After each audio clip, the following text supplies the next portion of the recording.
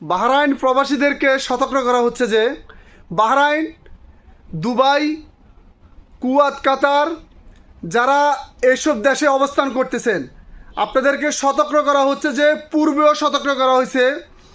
বিভিন্ন ধরনের যুদ্ধের ভিডিওগুলো আপনারা সোশ্যাল মিডিয়া আপলোড করতেছেন, ভিডিওতে আপলোড করতেছেন, ফেসবুকে আপলোড করতেছেন।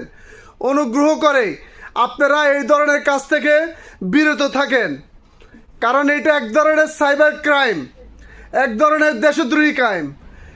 সরকারে বারে বারে বলতেছে আপনারা যুদ্ধের ভিডিও, বোম পড়ার ভিডিও, বিভিন্ন ধরনের ভিডিওগুলো সোশ্যাল মিডিয়াতে আপলোড দিবেন না।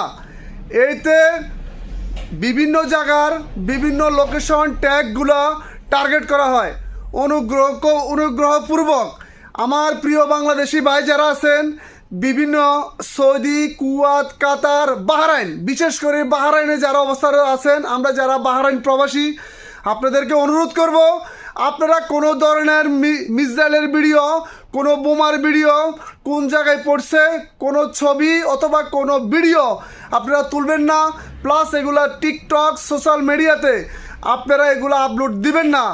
যদি আপনারা কোনো ক্রমে এগুলো আপডেট দেন, চেকিংয়ের মধ্যে যদি পড়ে, তারা চেক করে বিভিন্ন রাস্তাঘাটের মধ্যে চেক করতেছে, গাড়ি থামিয়ে যদি আপনার মোবাইলের মধ্যে এ ধরনের কোনো তথ্য পায় তাহলে আপনার অ্যারেস্ট হতে পারেন, জরিমানা হতে পারে, জেল হতে পারে, ইভেন কাইলে রশি বাঁধে দিই আপনাদেরকে দেশে পাঠিয়ে দিতে পারে।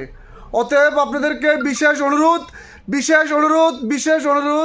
এই ধরনের ফালতু ভিডিও থেকে, এই ধরনের ফালতু কাজ থেকে আপনারা দ্রুত বেরিয়ে আসেন। কোনো ধরনের ছবি, কোনো ধরনের ভিডিও অনুগ্রহ করে আপনারা আপলোড দিবেন না। সবাই ভালো থাকেন, নিরাপদ স্থানে থাকেন। কোনো ধরনের বুম ভিডিও কোথায় পড়ছে, আকাশ দিয়ে গেছে না জমিন দিয়ে গেছে না নিচে দিয়ে গেছে না মাথার উপরে দিয়ে গেছে, এগুলো আমাদের মাথা ব্যথার কারণ না। আমাদের মাথা ব্যথার কারণ আমরা কিভাবে সুস্থ থাকবো, কিভাবে ভালো থাকবো। আল্লাহ হাফেজ।